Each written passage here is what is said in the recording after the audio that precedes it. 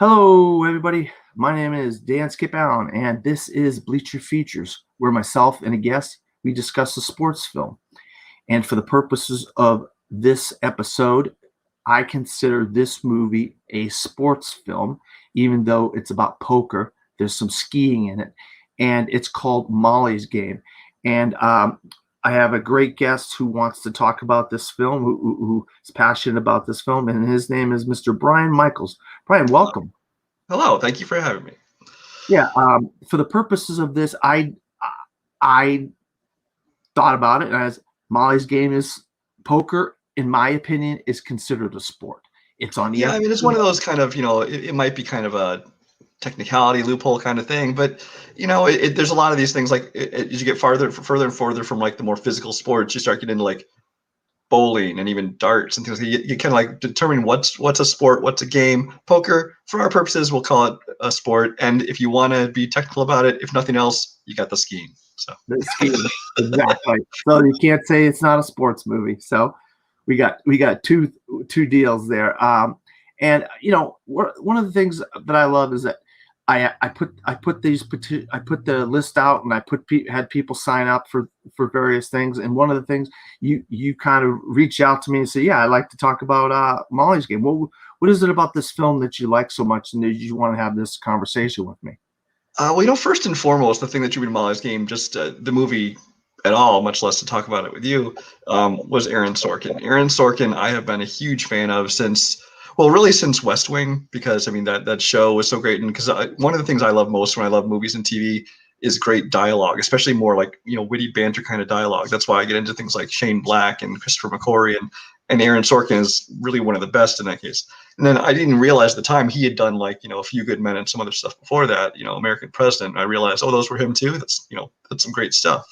Yeah, really. So Molly's Game was coming out, and I was like, I love him. I love his dialogue, and this is going to be his directorial debut as well. So I was really psyched to see this one. Yeah, Yeah. so was I, man. Yeah.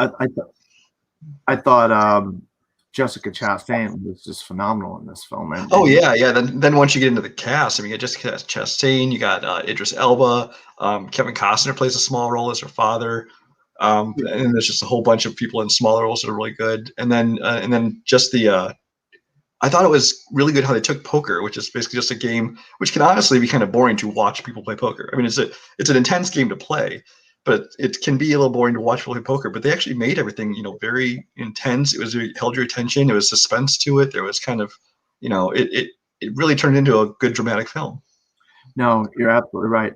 Speaking of the cast, great segue there. The cast, obviously, we have Jessica Chastain as Molly Bloom, Idris Elba as Charlie Jaffe, Kevin Costner as Larry Bloom, Michael Cera as Player X, or himself, Chris O'Dowd as Douglas Downey, Jeremy Strong as Dean Keith, Brian Darcy James as Brad, Bill Camp as Harlan Eustace, and Graham Greene as Judge Foxman. What do you think about that cast?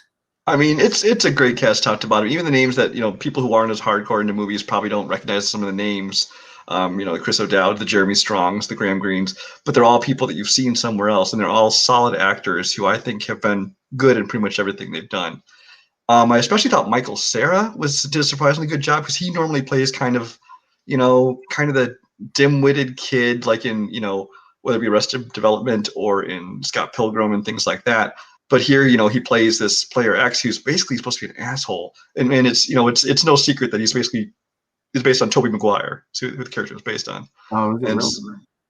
yeah, because in the book that this movie is based on, she actually names Tobey Maguire. I don't know if why they Oh, didn't. I don't know why they didn't do it for the movie, just to cover their butts for legal purposes or whatever. But apparently it's based on Tobey Maguire, and I think he just played the asshole real well. yeah, oh yeah, yeah. He was perfect.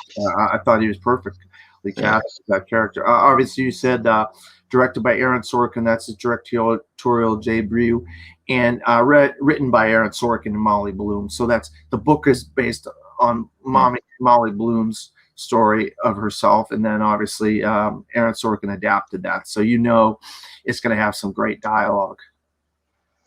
Oh yeah, yeah. Like I said, dialogue is really the crux of most Aaron Sorkin things, and he has a certain style to his banter. It's like it's playful, but a lot of times it's very kind of hard hitting, and like there's a lot of truth to it.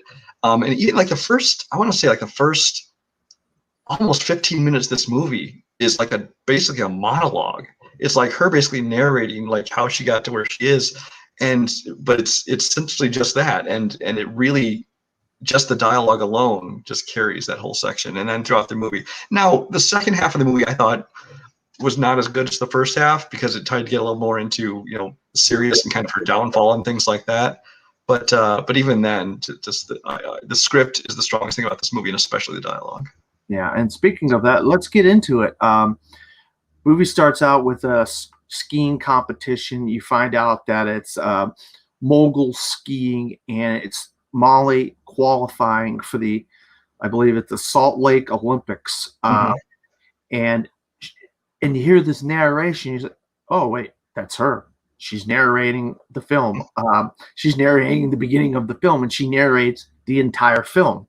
So you hear a lot of narration from her throughout the film, which I think that helped with the actual story, because the story, the way the story takes place is kind of a little confusing if you don't have that narration. Do you agree on that? Yeah, because it's one of those things where they're kind of jumping back and forth between what is currently happening, which is her getting ready to build her defense against this federal case against her, just kind of interspliced with essentially flashbacks, almost like more than half the film, of everything that happened and led up to this, and not just the whole the poker and all that stuff, but like you mentioned early on and a couple other times in the movie, flashing back to her youth when she was skiing. Yeah. It says where she's from. She's from Loveland, Colorado. And while we see her skiing, she crashes. She hits a stick while skiing, doing the moguls, and she crashes. And her boot snaps off of her ski. And I'm assuming, I mean, it kind of breaks. It goes back and forth between what happens. By the end of the movie, you find out what happens. But she's not doing so well. She's bloody. Her nose is all bloody, and we think that she's like messed up until you see what happens later in the film. But yeah, because earlier in the film, you learn that she, as a kid, realized she had this fast onset scoliosis, I think they call it, where she had like this huge curve in her back, and she had to have surgery. They basically essentially broke bones and restraightened them and put in steel rods and bolts and all kinds of stuff. And so she already had, essentially a fragile back. So when she crashed, you're like, is she paralyzed? Is she dead? Nobody knows until the end, basically. Yeah, absolutely. And yeah, you're at the beginning, you're like, oh no. Yeah.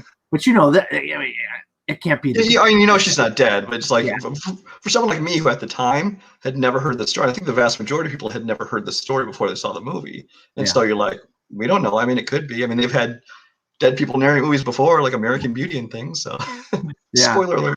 Yeah. There you go.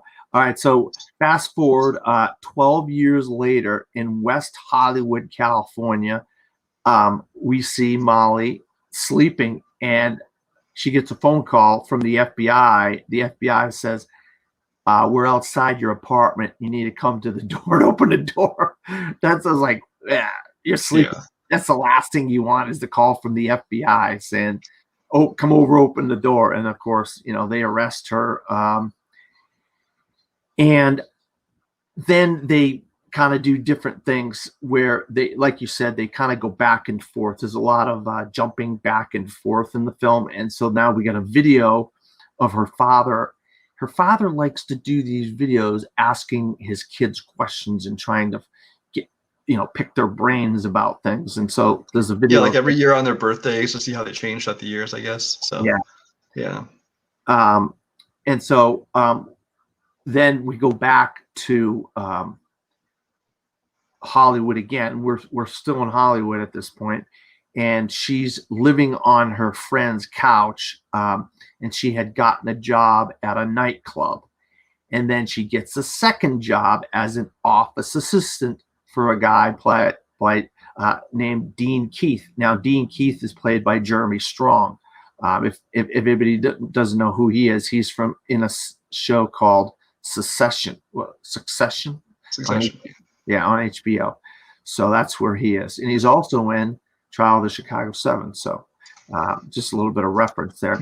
So then she picks up these bagels, and he's like all upset. Oh, those are poor people bagels, and and later on there's some reference to something, and I'm not going to say what is said because I just basically say that the word he actually said was not poor people. Yeah, it wasn't poor people. We'll just leave it at that. Yeah, we'll leave it at that.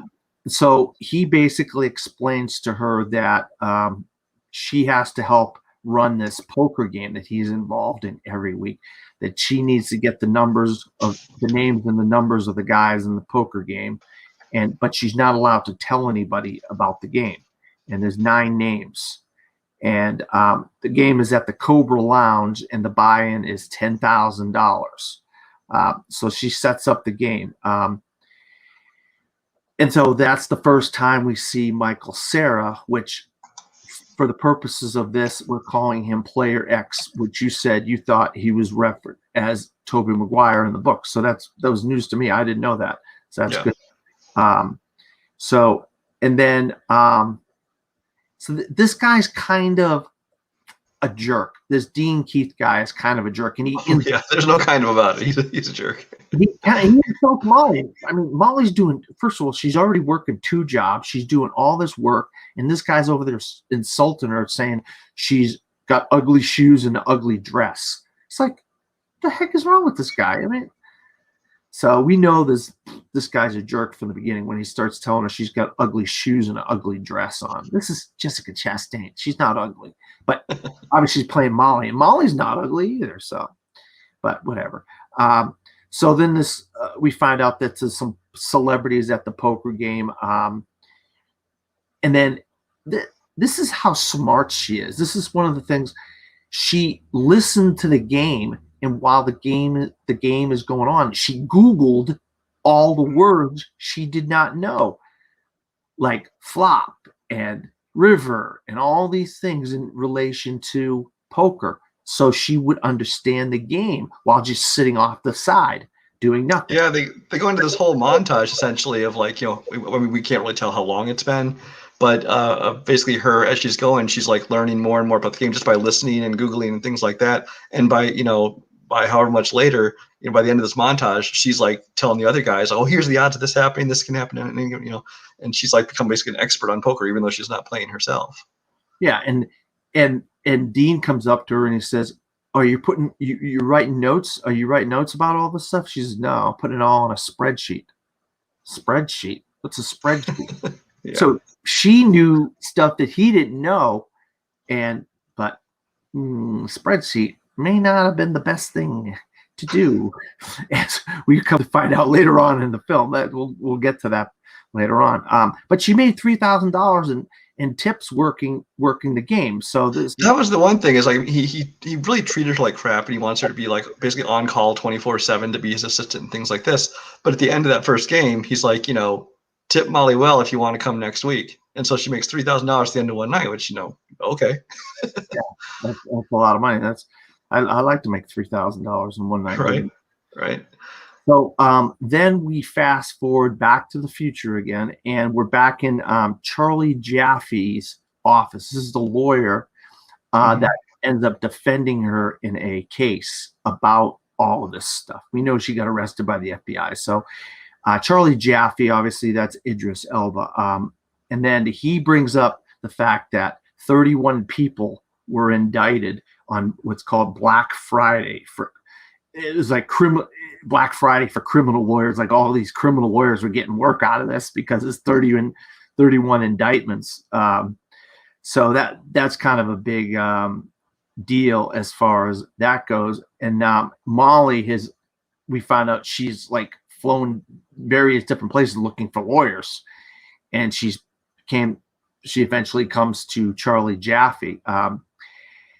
And this is reference that he uses for his case. This is kind of funny because he makes a lot of jokes about this, but he's also kind of taking it serious, that the fact that she wrote a book about this experience in her life. And he uses the book. So, but she changes the names. Some of the names she keeps and some of the names she changes in the book. And that's part of a bone of contention with Charlie Jaffe. So that, and then she does want to make it clear. I think this. I mean, you explain how she got to this point later in the movie, but she even says to him in that first scene, she's like, "I didn't reveal any names. I used the names of people whose names had already been revealed by this other person's testimony." Yeah. And so it's like she really wanted to make sure it was on record that, I did not reveal anyone's names. I just repeated what somebody else already revealed, and everyone else she kept secret. Yeah, that's right. That's right. That was a big deal. And we come to find out that her book bonus, or her book, what she got paid for the book, would have been way more had she named a bunch of names. Yeah. Instead. It ends up being like $37,000 or $57,000 or something like that. Instead, it could have been millions. But that's her integrity. That's the type of integrity we're dealing with Molly Bloom here. Yeah, because it wasn't a matter of even she wanted to protect these people from, legal. It wasn't even that. It was a matter of she wanted to protect them from their families, their spouses and children and things like that could be affected by all this information that could come out. She was very worried about some of the people they owe money to were not, the most reputable people and might, physically hurt people or attack people to try and collect on this money. So she didn't want to be responsible for that. And that's kind of the reason she had such integrity, didn't want to reveal those names, even if it would have meant a lighter sentence or money for her. Yeah, that's it. So we're on now. We're talking about she had no idea who the people in the indictment were. Like, they name all these different people, and I'll get to that in a second. But once Jaffe starts talking to her about this stuff, he basically says, I'm not your guy, Molly. This isn't for me. Then he brings up how she, quote unquote, called herself the poker princess and all this stuff, and he's basically kind of tearing her apart here. And she's like, you don't want me as your lawyer, And then, she gets mad at Jaffe and yells at him. And then this is what kind of gets Jaffe going a little bit. And he says, so you're saying that the Russians don't know what you have on them, and they don't know you that much, So they're saying he says, you have a case here, but you have to be able to give some information about what you know so you can help yourself. But if you're not willing to help yourself, I can't help you. And that's because she's basically being arrested. She's basically being arrested and charged with running this illegal gambling operation. But the thing is, the government is going so overboard and basically trying to intimidate her. I mean, even in the arrest, they had like 17 like armed FBI agents with like, automatic rifles and things to get one woman who ran a poker game. Yeah. And basically because what they want to do is they don't even really want her. They want to use her against these Russians and things like that. But she's like, I can't help you with that. Yeah. Yeah, absolutely. As the film progresses, we see some, like we said, a little bit of back and forth to go back in time. We find out that her father is a psychiatrist. Larry Bloom, played by Kevin Costner, is a psychiatrist. And she postpones law school so she could work in Los Angeles and work the game. And of course, we have already discussed this. Michael Cera is player X. And we find out he's a very shrewd poker player, because one of the first times we see him is he's bluffing a player with the nuts.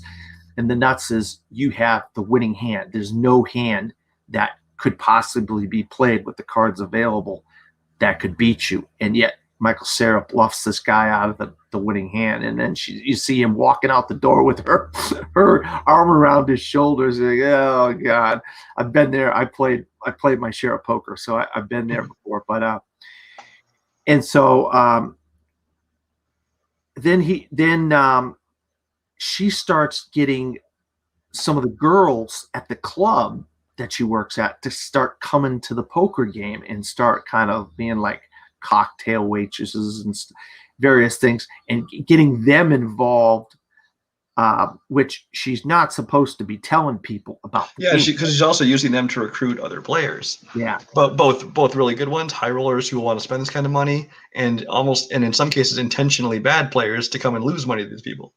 yeah, that's right. And then we find out that, like we heard earlier, where she was sitting there and she was Googling all the poker words. Mm-hmm. Listening is her secret weapon, because she hears, there's a whole little montage about her just listening, and you hear all these criminal activities, all the shady dealings going on with all these different guys, and she's got that information, because she can listen and she hears this stuff, and so she's putting it in the back of her memory. You know what I mean? But all of this allows her to get a new apartment, a new car, and she's got $17,000 in a shoebox in her closet. So she's come up in the world since crashing and burning at the qualifying in the Olympics. Oh yeah. And then of course, Jaffe's like, I'm not your lawyer. You better off go. Like I said, we're gonna keep doing this. We're gonna go back and forth, back and forth. So just, if you're watching this, that's what the film's doing. That's what we're doing. So that's how this conversation is going to go. So Jaffe's, and then he looks at her clothes, and he's another person that looks at her appearance and tells her that she needs to change.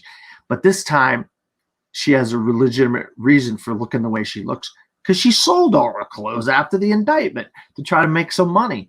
And she, as you see the film, she's got some nice dresses, some really nice clothes. She probably could get a pretty penny for all those clothes. She did that 2 years ago. And then Jaffe talks to her, and he says, well, why are you covering for Dean Keith? And then he brings up the poor people bagels again. And we are not going to, for the purposes of this, we're not going to use the words that Idris Elba says, but it's just not a good word. So I'm not. This is a PG show. A curse word once in a while, I allow him, but we're not going to say that word. So she talks to him and tells him that she left $2 million on the street, meaning people owe her $2 million of back that they haven't paid her. And that's a lot of money, and that she could live off of that money. And then Jaffe goes, I was afraid you were going to say that's when she discusses, he says, why did you leave that money on the street? And that's when she talks about, because I don't know how these other people are going to collect, and how she doesn't want to be responsible for people, ruining people's lives and or getting killed or, hurt, things like that. And so that basically moral stance is what convinces him, fine, I guess I'm going to represent you. Yeah. So then he decides to be your lawyer. Yep, that's exactly it. You're right. Then we hear this whole thing with Graham Greene, Judge Foxman. He asks her like 80 something questions, and basically she, well, that's my fault. I screwed up.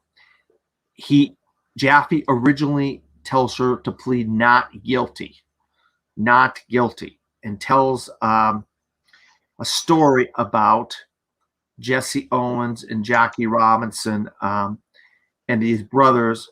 And then she tells him a story about her brothers and how her brothers are better athletes than her, and they're big time skiers and all this kind of stuff. And they're trying to tell these stories about how this all fits together, and those are interesting stories.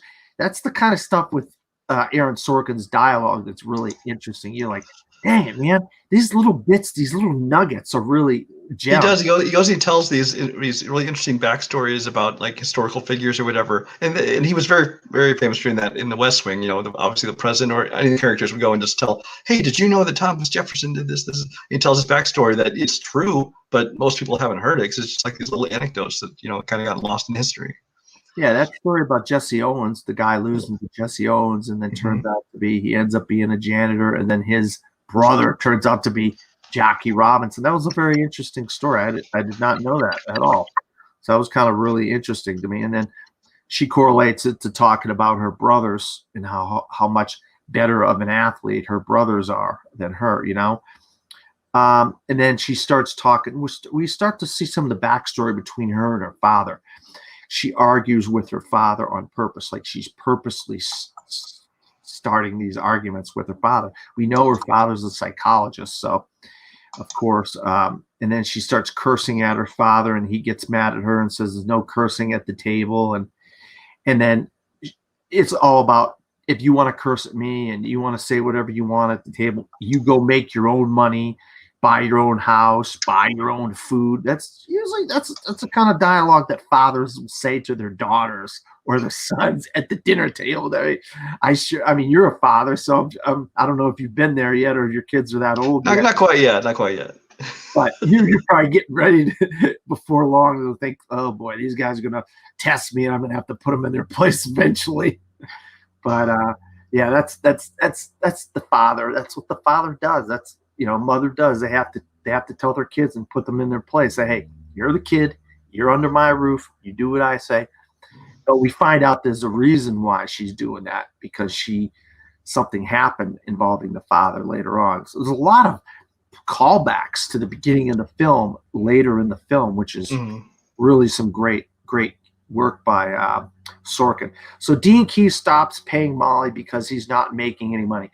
So basically his excuse is, I'm not making any money, so I'm going to stop paying you, even though she's working like 50. Yeah, she stops him at the end of a game that he's lost again at, and she's like, hey, just so you know, you owe the game this much. And obviously he's like, I don't, you know, he doesn't want to have to pay.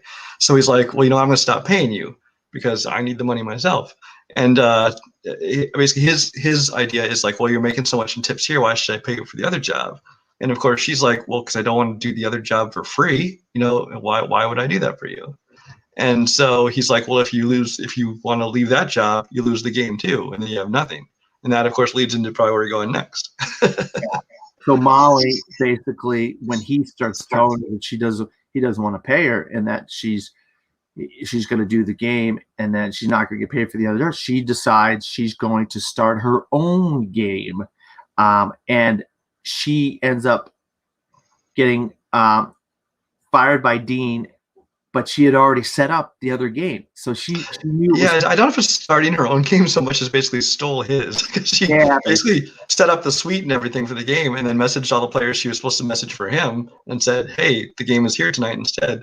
Yeah. And once they all arrive there, she's like, "You can go play down there if you want, or you can just stay here." And everybody decides to stay. Well, but player X decides to stay, and everybody else follows his lead, of course. Yeah. Oh, yeah. That's exactly it. So this game is expensive alcohol, cigars, and a nice hotel suite. You know, of course, you know what you alluded to. She changed the game and lied about the numbers and whatnot. And then she started, and that basically started her own business. That moment, you know, and she wants to run a square game. She talks about wanting to run a square game. Well, we know it's illegal as all hell. You can't just run poker games, you know. You can't. Who's going to run a poker game and not take a cut of the game? Hardly anybody ever does that. But that's the only way you can make the game legal. So, let me see here. And so, Player X tries to get Molly to buy in and make the game a bigger game. So this is where stuff starts to get kind of a little shady, because now we start seeing Player X start to flex his muscles a little bit. Like, hey, let's get the buy-in higher and we'll get bigger fish and we'll get Yeah, bigger. basically he wants to win more of other people's money, and I mean, of course, he doesn't need the money; he's got plenty of it. But he likes just he even says later he likes destroying people's lives essentially.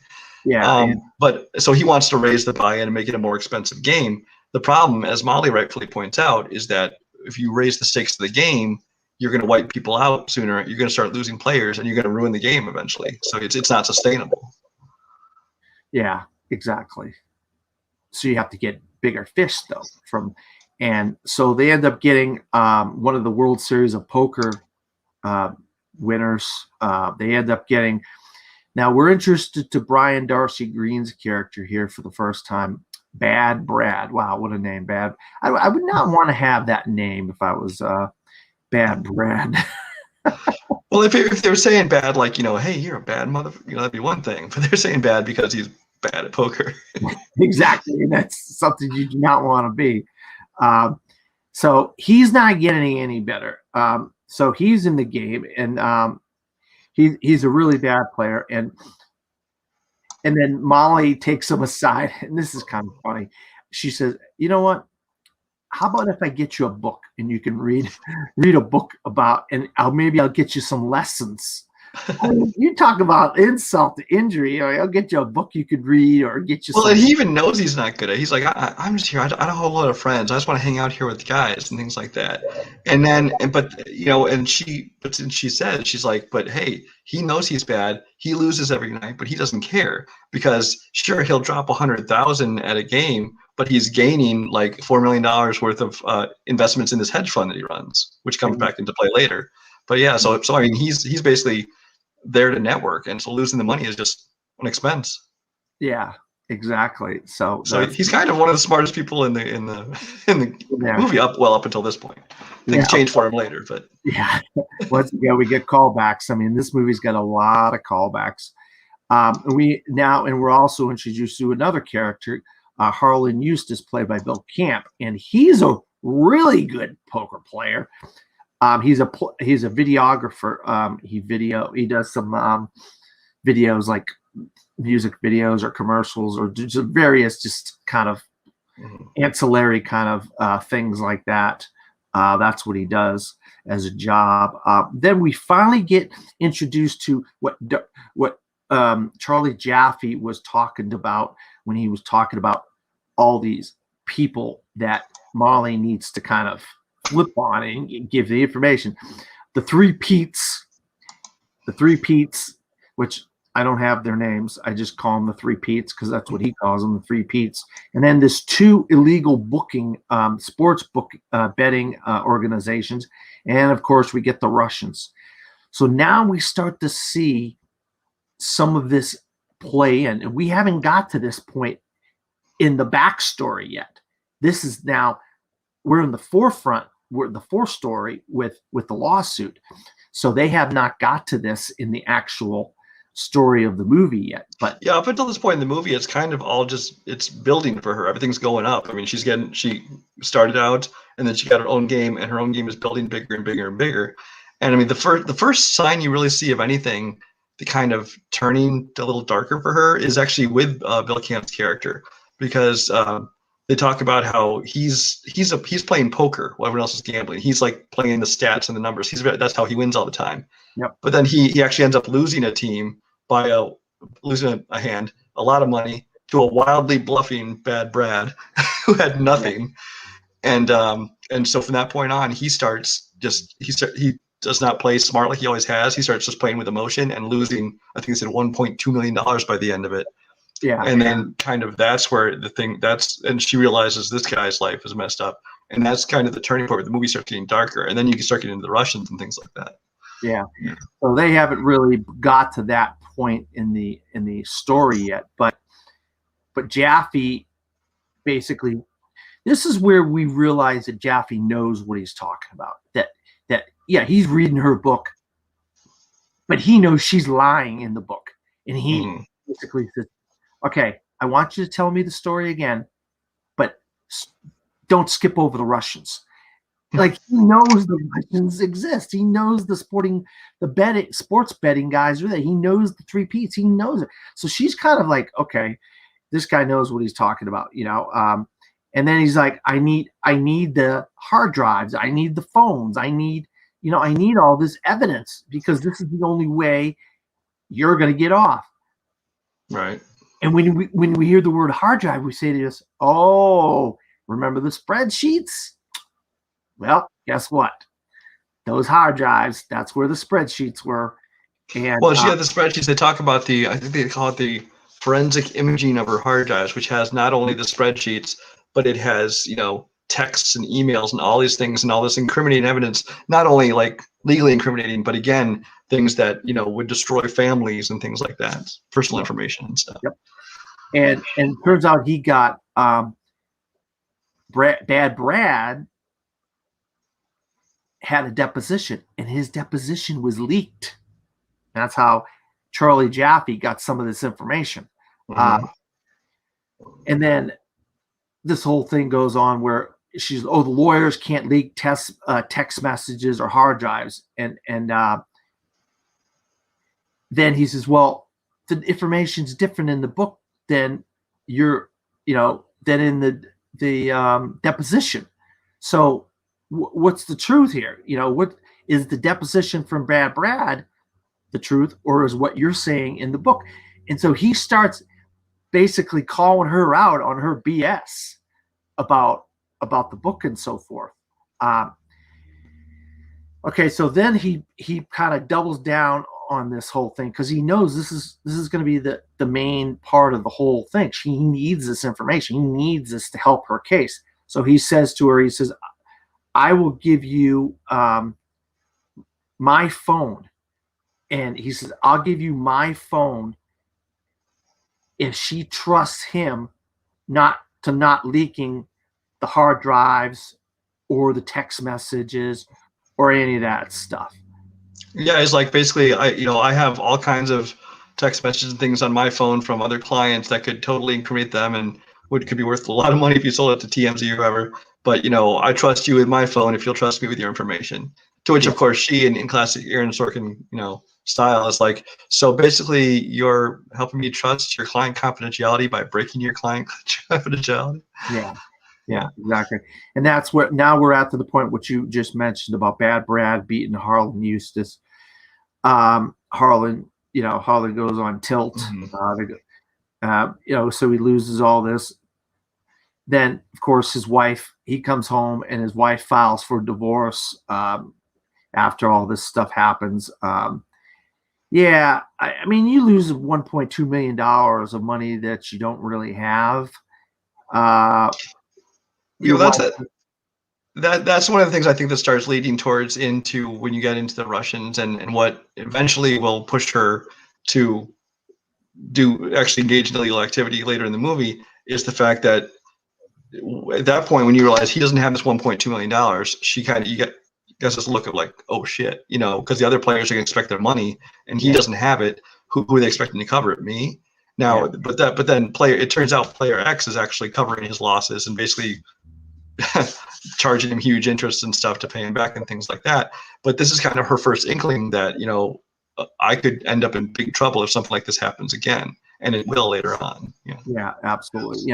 And the precursor to Eustace's wife getting divorced, he was supposed to go to her house, go to the house for her birthday party. He doesn't show up because we know he's on tilt and he's going crazy gambling. But you're absolutely right about Player X and all that kind of stuff. And so Molly obviously is not happy with Player X when it comes to this stuff, but we knew there was something fishy about Player X. We just couldn't put our fingers on it. And now we find out what kind of stuff he was involved with here.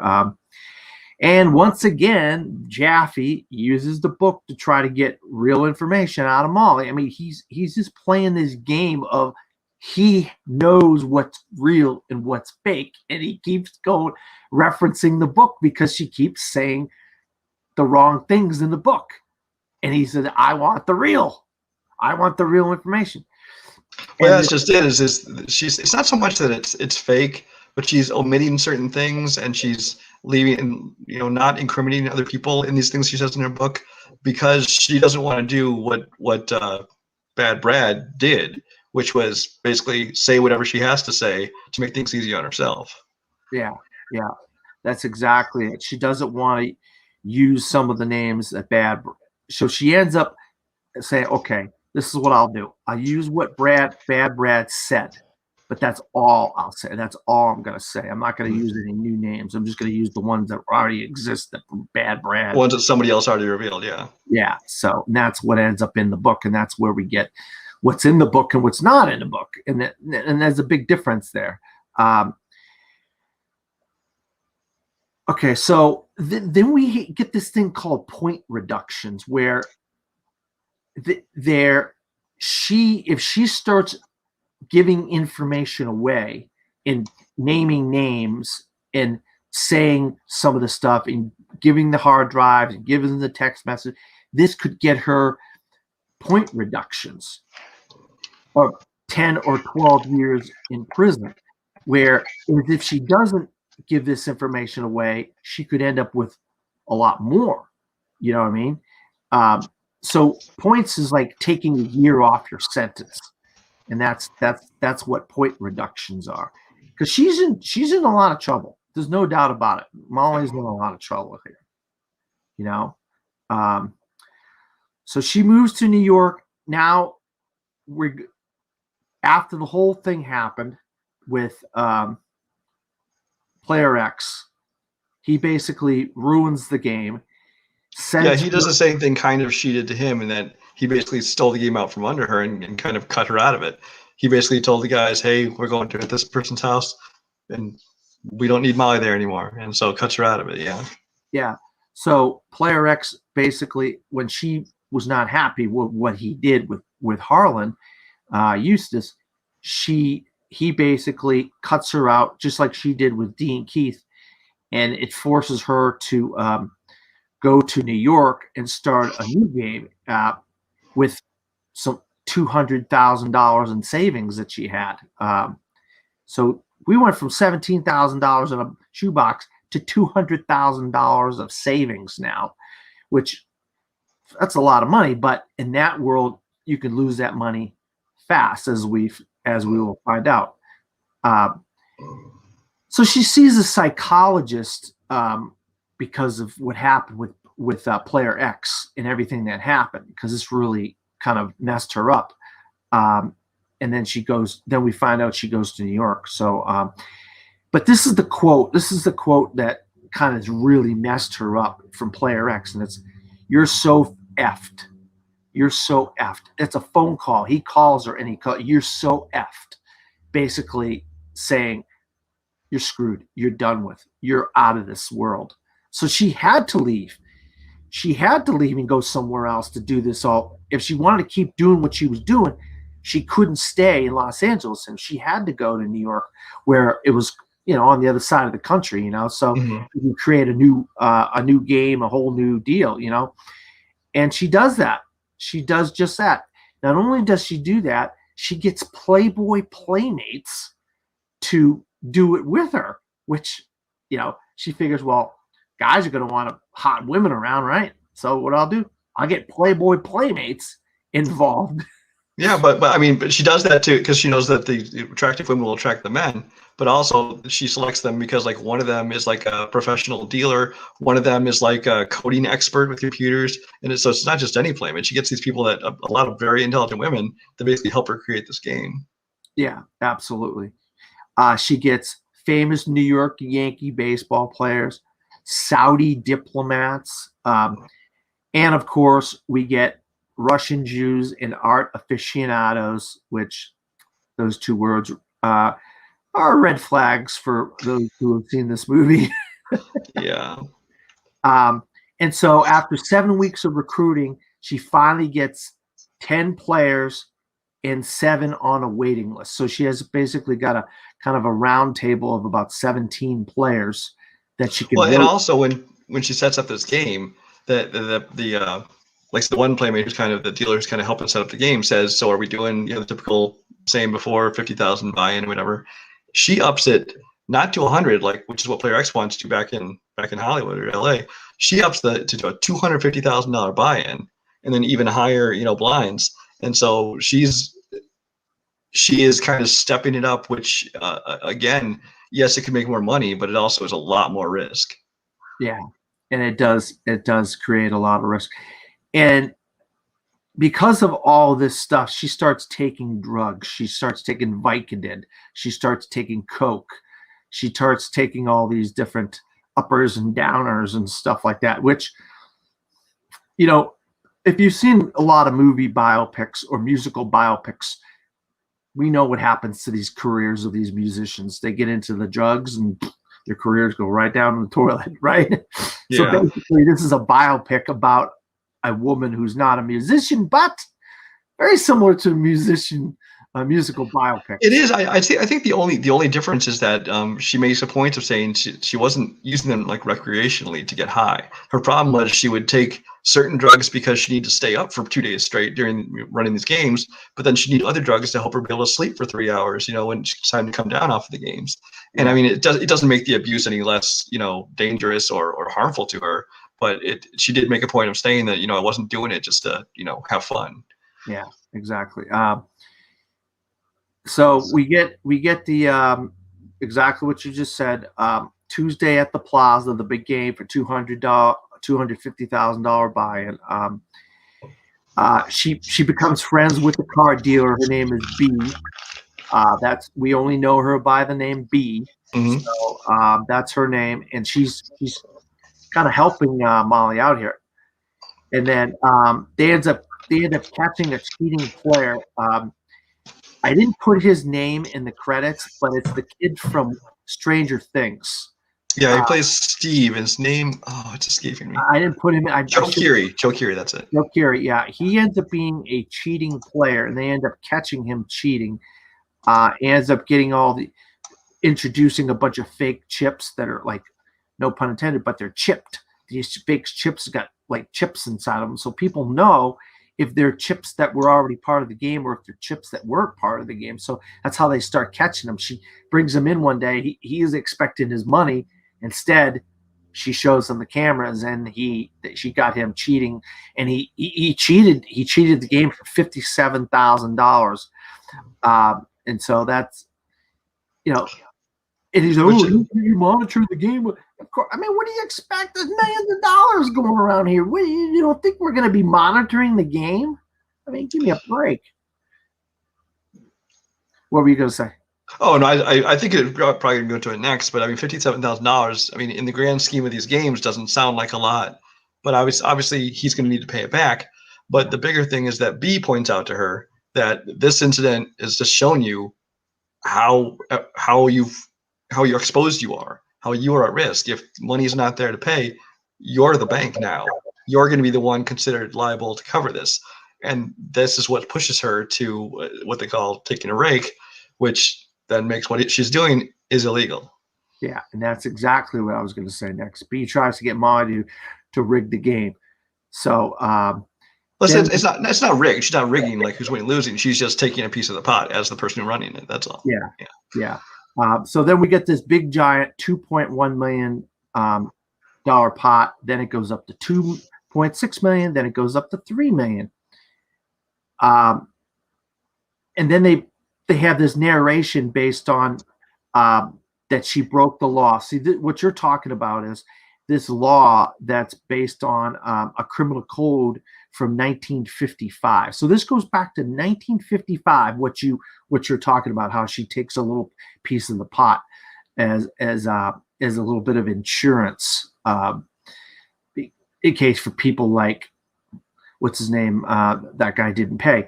Now we're introduced to a new character by Chris O'Dowd, played by Chris O'Dowd, called Douglas Downey. Now, Douglas is kind of one of these guys. He plays in the game, but he also likes to kind of hang around. He's like a hang-arounder, and he talks to Molly after the game, and they just tell each other stories and stuff. And then eventually it gets to where he starts talking about another game that he played in, and it's the Russians game, but he's the only Irishman that was allowed to play in this game. this is the only guy that's not Russian that's allowed to play in the game, which is kind of interesting in and of itself. And then he kind of, all this talking and all this friendly banter and stuff, he basically tells Molly that he owes everybody in town, that he's going to owe her, he's going to owe the Russians, he's going to owe this Asian guy, Jimmy Chin, or whatever the guy's name is. So he's not the kind of guy you want at the games. You don't want Douglas Downey at the games because he owes everybody. He's not good. He's not good. So in a way to pay her back, she asks him to bring her some players.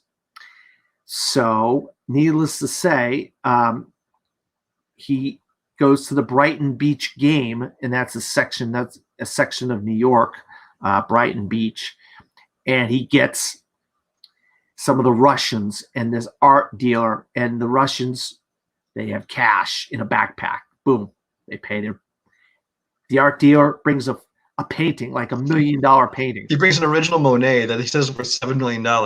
Yeah, because I didn't have cash on hand, but I have this for temporary collateral.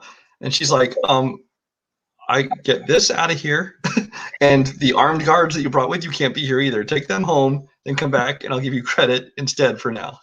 yeah, that was kind of a funny scene. So the guys turned out to be good players, but they were all connected to the Russian mob. So we know once the Russian mob gets involved, this is not good for Molly. So the government, of course, wants Molly to be a cooperating witness. Jaffe tells Molly the truth, but Molly already knows the answers the government wants. See, this is where all this banter between Jaffe and Molly about the book and what's real and what's not real comes back, because she knows the real stuff, and she didn't put the real stuff in the book. Right. And she knows what the government wants. She knows it. It's in her brain, and she's just not going to give them that information, no matter how much jabbing that Jaffe gives her about her book and what's truth and what not truth in the book. So Jaffe's doing a good job with his daughter, not overbearing. So they get into conversation about Jaffe's daughter, because Jaffe, we see Jaffe's daughter a couple times, and Jaffe asks her about, hey, am I doing a good job? Am I a good father? And she's like, yeah, you're a good father. You're doing a good job. I would keep doing what you're doing. Be a little bit more overbearing. Don't give her as much leeway, Then Jaffe asks about Molly's father. And then Molly's father, we all know what Molly's father's like. So she admits, which is what we're starting to get into, these callbacks from the beginning of the film. Now they're starting to come back in the story. She admits she was a brat to her father. And then she found out that her father was cheating on her mother. And so that's why she was acting out the way she was acting, because her father was cheating on her mother, and she saw him cheating in the car. And the father knew why she was acting out the whole time. The father's a psychologist. This is his job. He knows how to read people, Kevin Costner. So, and then they talk about how poker is a skill, a game of skill, and then Molly finally breaks down, and she says, I'll tell them everything they want to know about me. Nobody else. Yep. So that way they can know everything that I did and whatnot, but I'm not going to give information about all these other people. And that's her way of saying, basically giving up, but she still doesn't realize that there's information out there that she's not saying that Jaffe has, and that's called discovery. That's in some of these discovery files. And so, and when Brad testifies about the poker game, the hedge fund turned out to be a Ponzi scheme.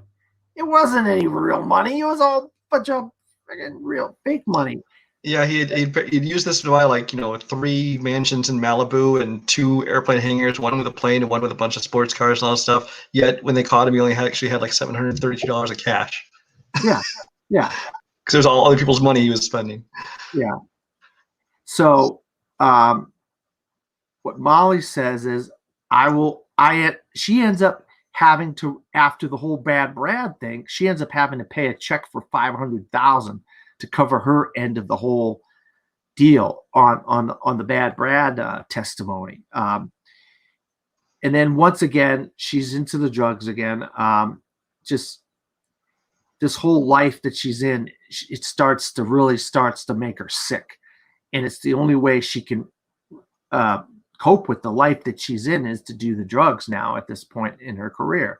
And we're thinking of it as you're watching this movie, say, oh my God, it's like the worst thing you could be doing. But we're not in her shoes. We don't know the pressure and everything that she's going through. We're watching the movie, of course, but right. A lot of people resort to these drugs, and that aren't even in her pressure. So they're in so much less pressure than she's in, and they're doing these types of drugs. So it makes sense that she would resort to all this stuff. So then finally Douglas breaks down and tells Molly a story based on a poem. Now this poem is very interesting but she's like, no, stop. I don't want to hear the poem. Because basically he admits to her that the reason why he's been hanging around and kind of doing different stuff involved with the game is because he loves her. He wants to get with Molly. Of course, everybody wants to get with Molly. Molly's a beautiful woman. She's like, I'm everybody's perfect girlfriend because, I'm an attractive woman who not only doesn't nag you about gambling, but I encourage your gambling. You get to come here in your basically man cave and drink and hang out. And it's just like, yeah, I'm everybody's perfect girlfriend, but no. Yeah, no. Because he's kind of, to be honest, Douglas is kind of a sad sap sad sack, I guess you would call it. So now we start to get into some really interesting stuff here. Normally she wouldn't say anything to her driver, but she breaks down and starts talking to her driver about her past as a skier. And he asks a favor of her about the guys that he wants. Hey, do you mind if I get these guys to come play in the game? Not a good thing, Molly. You got to vet your drivers better than this. So the guy wants a partner. Then these other guys out of nowhere just meet up with Molly, and they want to partner up with Molly. And of course, she turns these guys down. Well, yeah, these guys, they're essentially shaking her down like mobsters for protection racket. They're basically saying, hey, you need us to help you, if you need to collect any money or other things you need to do, which is exactly what she doesn't want to do, is resort to violence and things like that. They're basically saying, hey, let's partner up with you. We get some of your money and then we'll help, enforce it. And of course, she doesn't want to do that. She turns them down. And, as you would expect, mobsters don't exactly take no for an answer. Yeah. So she gets to the doorman. Turns out the doorman lied, says, hey, I got some packages for you. The doorman lied about the package. He sent a tough guy up to Molly's apartment to beat her up and steal her money and jewels. And he says, I know where your mother lives.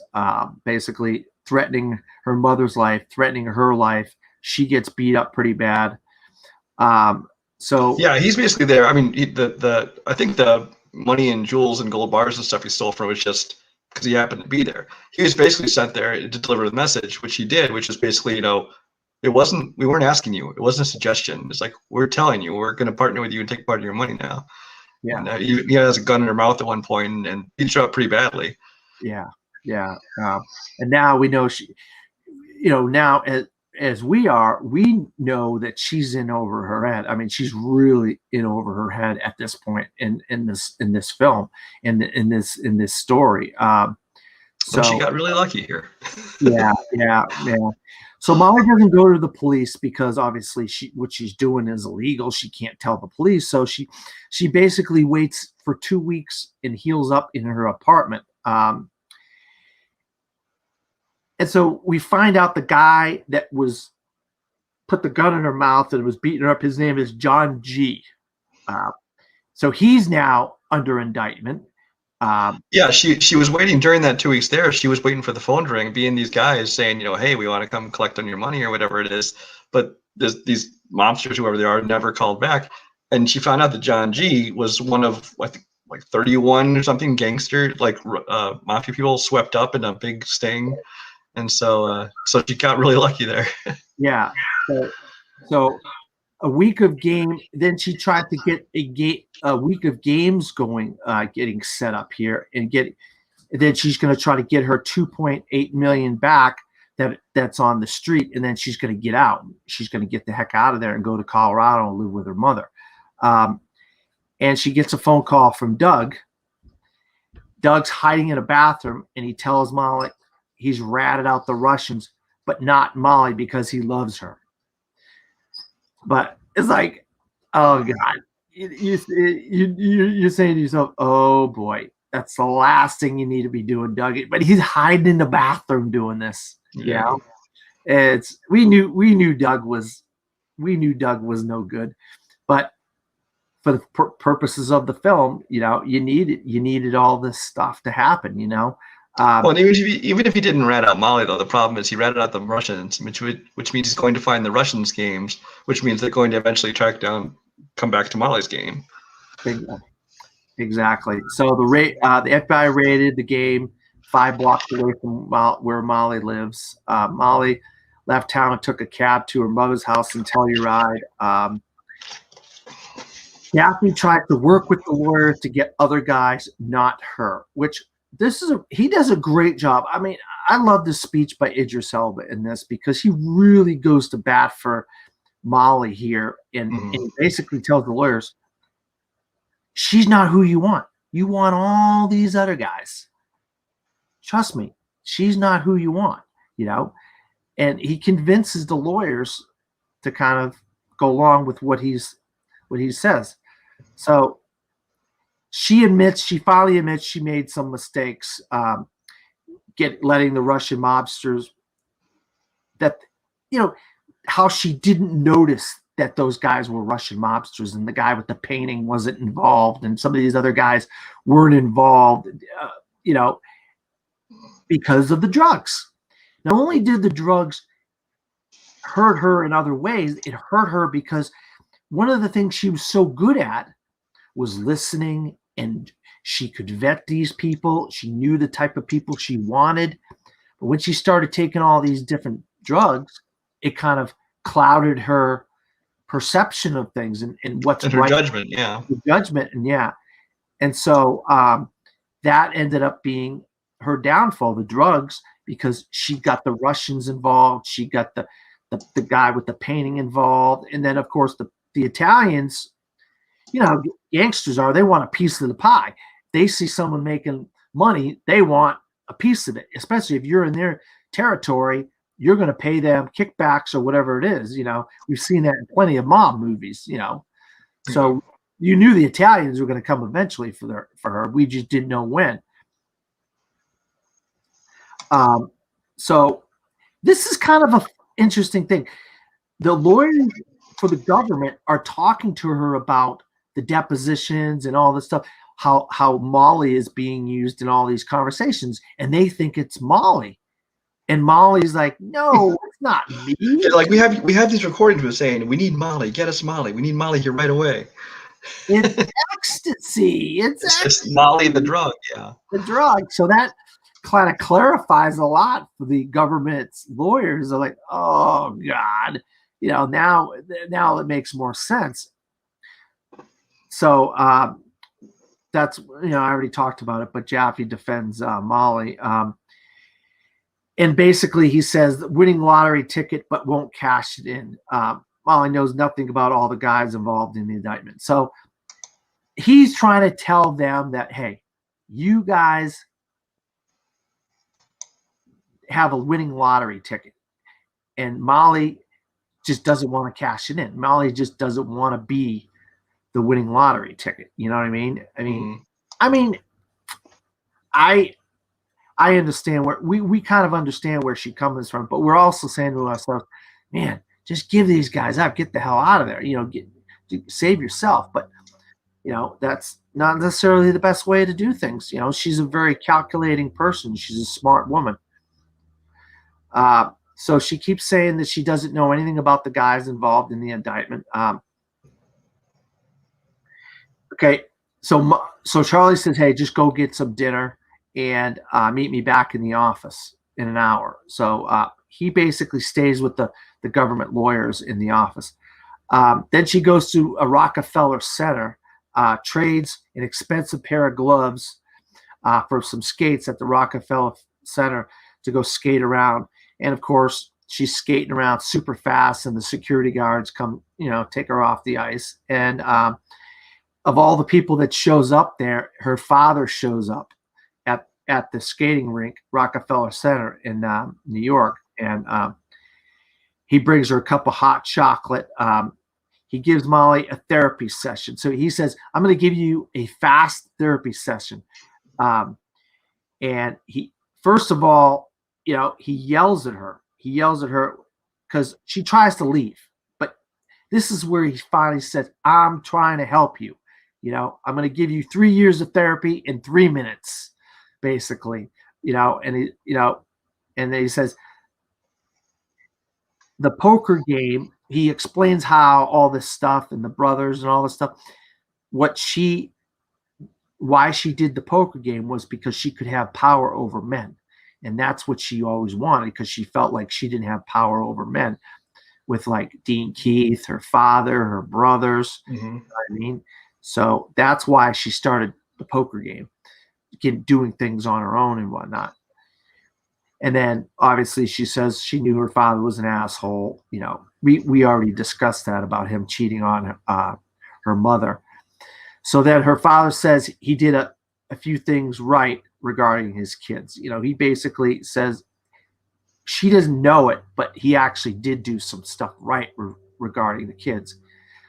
And then, of course, she asks him, why didn't you like her as much? Why didn't he like her as much as his brothers, her brothers? And she was like, it was only an appearance, that he only made it appear that he didn't like her as much as her brothers. And she knew that he was cheating on her mother. So this guy was a smart guy. He's a therapist. He's like the reason that it appeared that way is because I think even if it was a subconscious thing, he treated her differently because he knew that she knew that he was cheating on their mother. And even she's like, no, because I didn't know that until I was like 20 years old.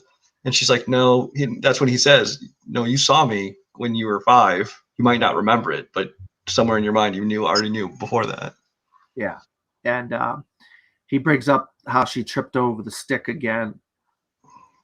And she says, that's all you did wrong.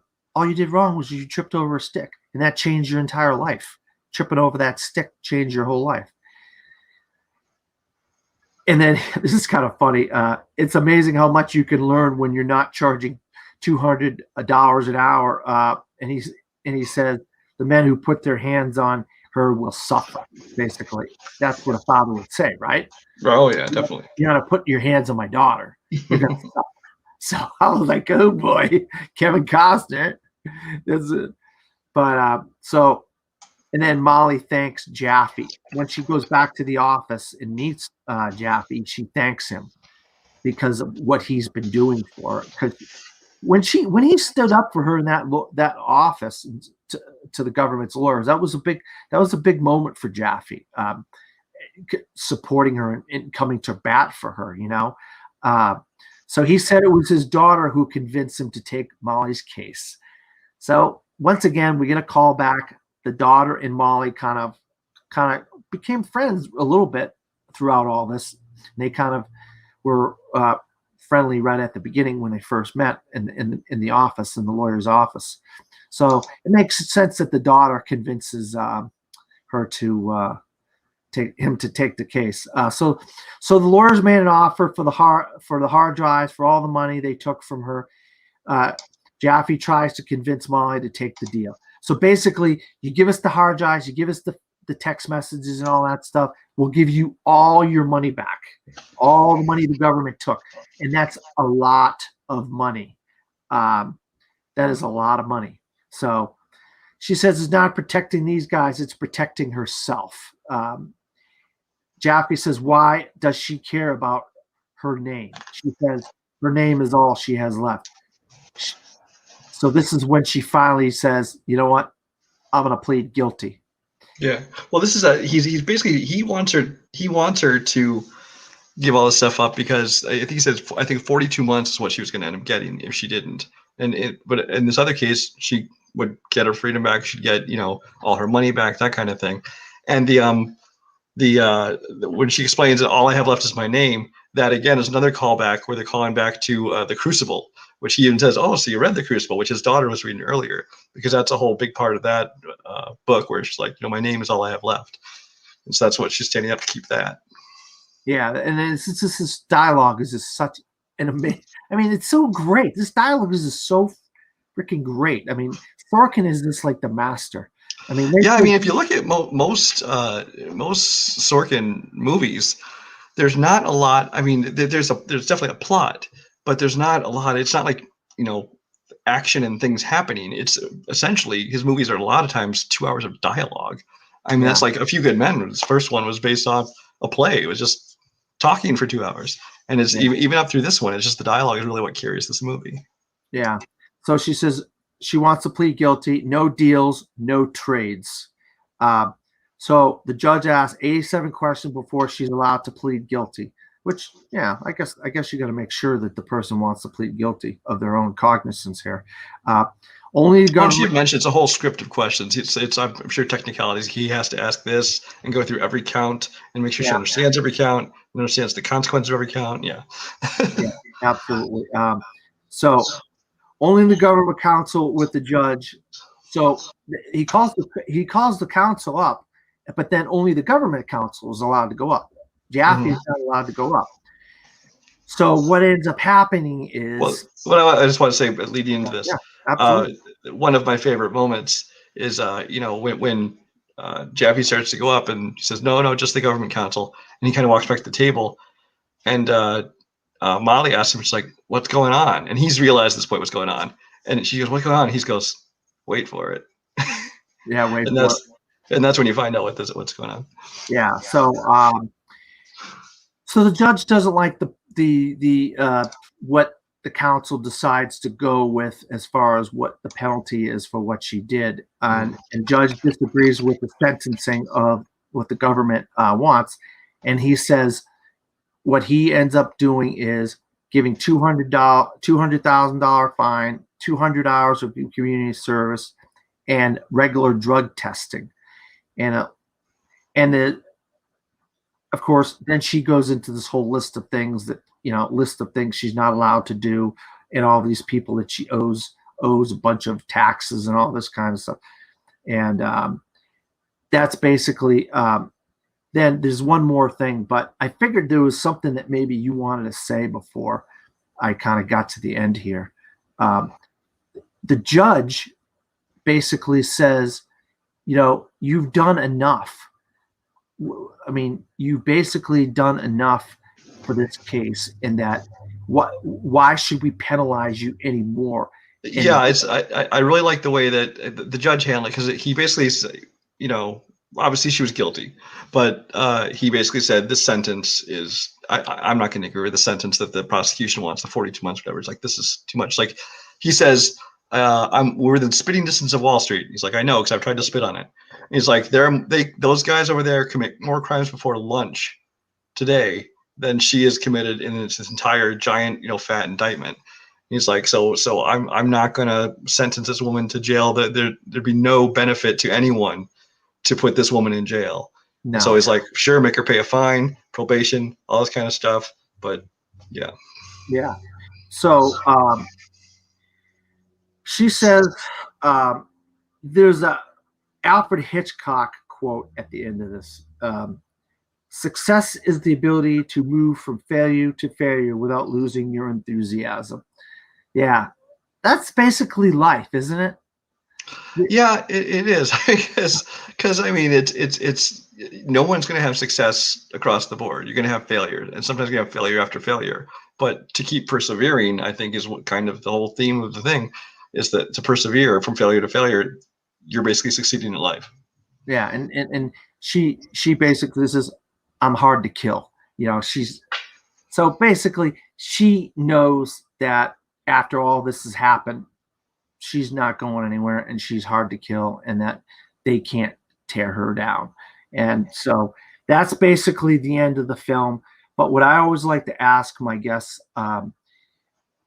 you know, what is it about this film that you think is a film that you wanted to discuss first of all, but also that will stand the test of time as a film that people will be discussing and talking about for decades to come, and why is this film will stand the test of time?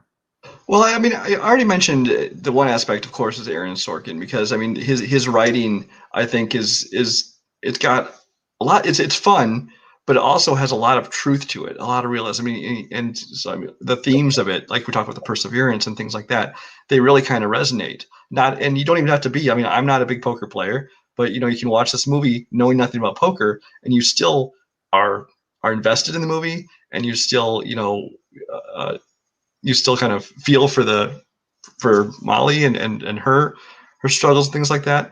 And then of course the acting performances. Um, I think the only Oscar nomination this got was Aaron Sorkin's script, and of course and he didn't even win that. But then I honestly think that both Jessica Chastain and Idris Elba should have been nominated for their roles because they both did a phenomenal job. Yeah, But yeah, but really, I just think, like I said, in a lot of more traditional sports movies, um, sometimes they can. I'm not going to say they don't age well because I mean sports are kind of universal, but in this one because you're not dealing with a specific like teams or certain eras, it kind of does like I said have kind of universal appeal where the story I think is going to last. People are going to revisit it not only because of the film itself, but also I think it's going to be the beginning. It's just the beginning of I think which will be a long directorial career for Aaron Sorkin in addition to writing. yeah. Obviously, we're seeing that right now with Trial of Chicago 7. Um, but yeah, as a fan of sports, I've been around coaching and I've been around football, and I know a lot about the father that can be very overbearing for the child Mm-hmm. who's an athlete who has success. And it goes back, it's a familiar trope in a lot of sports films, the overbearing parent. I Tanya. I mean, you go back years and years and years. And so, but the father wasn't your cookie cutter kind of stereotypical father in this, even though he came across that at the beginning. As by the end, he was a different person. We found out more about him, and that obviously relationship between him and his daughter got her to do the things she did, and she still had morals, and she still had things that she felt that she had to stand up to. And in sports movies, you get that a lot, where the person has Oh, to stand up for what they believe in, and it in a roundabout way, we got that in this film. yeah, and in a lot of times in a lot of movies, whether it be sports or almost any other field, but especially in things like sports, you often get that overbearing parent coach relationship because it's that strictness and that making them constantly work to improve and you always have to be the best is kind of what gives them the drive to constantly get better and better and to reach the elite levels. Now, obviously, that creates other problems a lot of times in their social relationships and things like that. But that is a theme you see a lot in sports movies with that really strict, hard, a parent who's really hard on their kids. I mean, you see it in all kinds of football and basketball movies, and there's a coming up this year. It's what's it called? King Richard, I think, was Venus and Serena Williams' parents, dad, played by Will Smith. Oh I'm yeah, sure that's going to be the same kind of theme there. So yeah. And I just saw a basketball we call Bookie, where the parents were overbearing. Uh, yeah. and that's an Asian family, so it's just a universal thing with sports. But it really pushed her to be a successful person, and there's that line of dialogue about the son's a baseball player, the other son's a Olympic skier, and then of course she creates this whole world out of nothing on her, the successful multi-million-dollar thing out of nothing. So he kind of his pushing in of these kids turned out to make them successful in their own ways, and that's basically what this thing ended up being. But she still had her morals and her beliefs, and she stuck by those in the end. And in the end, that's all we can ask for as a fan watching the movie, saying, yeah, this had a great ending, and it's a true story. So it's not like it's a fictionalized story or anything like that. It's So yeah, I was really glad that you brought up this film that you wanted to talk about, Brian, because I mean, I loved it when it came out, and it's severely underlooked when it comes to stuff. But it really, the more I think as the years go by, it will be a film that people look to and say, this is a great film. You should really watch this and see the acting, see the dialogue, see the direction, and the non-linear storytelling worked very effectively as well. Yeah, I don't know of a lot of people that have actually seen the movie that have not liked it. Almost everyone I know that has seen it has liked it a lot, or loved it and thought it was perfect film.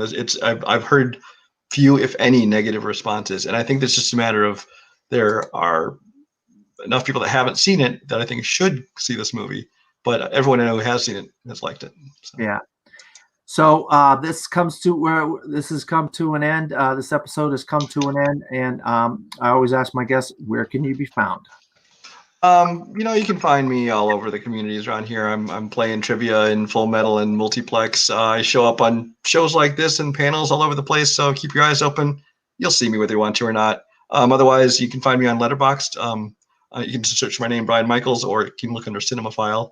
We're into that as well. All right. I don't remember if we're friends on follow. If I follow you on, I have to get follow you if I haven't. Somebody I should follow. You can find me at Dan Skip Allen on Facebook, Twitter, Instagram, and Pinterest. Also, I'm a film critic in the Orlando, Florida, Central Florida area. I work for a website called disappointmentmedia.com. Don't add me. I didn't come up with the name. I just write for them. Also, my blog.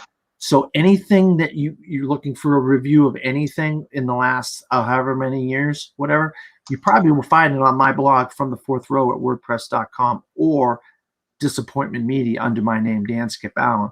And I do some films of, like, if somebody has died, I'll do a retrospective of their career. If something's 35 years old, 25 years old, 20 years old, I'll sometimes will do a retrospective there as far as that goes. Do a little bit of TV, a little bit of awards coverage. So I cover it all with my writing. So you could find anything you want under those two. Also, this show is one of a series that's going to be this summer. So keep an eye out for the rest of the series. It's a summer series. Bleacher Features comes and goes. And then I do another show called The Top 5 Weekly, where myself and a guest, we discuss a topic based on what movies were out in theaters that week. So if you're interested in either Bleacher Features or Top 5 Weekly, just message me and we'll get you on, because I've had people message me before and I've got them on. So I'm pretty easy going when it comes to that. So for Brian and myself, good night, everybody.